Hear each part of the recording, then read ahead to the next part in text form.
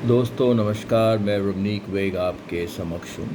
और दोस्तों यहाँ मैं टाइप्स ऑफ ब्रीदिंग यानी श्वसन क्रिया के जो प्रकार हैं उनकी चर्चा करना चाहता हूँ। दोस्तों, ब्रीदिंग एक बहुत इम्पॉर्टेंट पार्ट है हमारी लाइफ का। संसार में जितने भी लोग हैं सब सांस ले रहे हैं, पर एक चीज़ बहुत इम्पॉर्टेंट है ये जानना कि क्या हम सही से सांस लेते हैं या गलत प्रकार से सांस लेते हैं। अगर आप गलत प्रकार से सांस लेंगे तो आप अपनी कोशिकाओं को पूरा ऑक्सीजन नहीं दे पाएंगे, यानी कि आगे चलकर आपको कोई ना कोई गंभीर बीमारी लग सकती है। बहुत सारे लोग मैंने ऐसे देखे हैं जो सांस ही सही प्रकार से नहीं ले रहे। तो इस चीज़ को समझना बहुत ज़रूरी है कि टाइप्स ऑफ ब्रीदिंग कौन कौन सी होती हैं और सही टाइप की ब्रीदिंग कौन सी होती है। तो पहली प्रकार की जो ब्रीदिंग है उसको कहते हैं क्लैविकुलर ब्रीदिंग।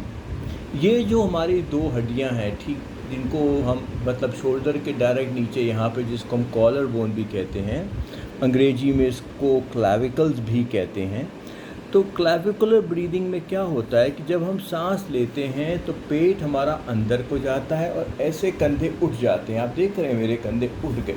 जब सांस छोड़ेंगे तो पेट बाहर आएगा और कंधे वापस अपने स्थान पर आ जाएंगे। तो अगर हम इस प्रकार की ब्रीदिंग कर रहे हैं तो ये माना जाएगा कि हम क्लैविकुलर ब्रीदिंग कर रहे हैं। दूसरी प्रकार की जो ब्रीदिंग होती है उसको कहते हैं चेस्ट ब्रीदिंग।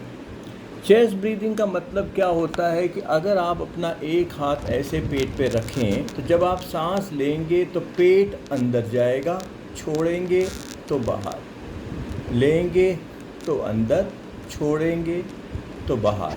तो अगर आप ऐसी टाइप की ब्रीदिंग कर रहे हैं तो ये माना जाएगा कि आप चेस्ट ब्रीदिंग कर रहे हैं। इसमें कंधों की कोई गतिविधि नहीं होती, there is no movement of the shoulders. तीसरे प्रकार की ब्रीदिंग जो है उसको कहते हैं एब्डोमिनल ब्रीदिंग। ये चेस्ट ब्रीदिंग से बिल्कुल ऑपोजिट हो जाती है, विपरीत हो जाती है। एब्डोमिनल ब्रीदिंग में हमें क्या करना होता है कि अगर हम फिर से एक हाथ अपना पेट पे रखें, जब हम सांस लेंगे तो पेट फूलेगा, छोड़ेंगे तो अंदर जाएगा, लेंगे तो फूलेगा, छोड़ेंगे तो अंदर जाएगा।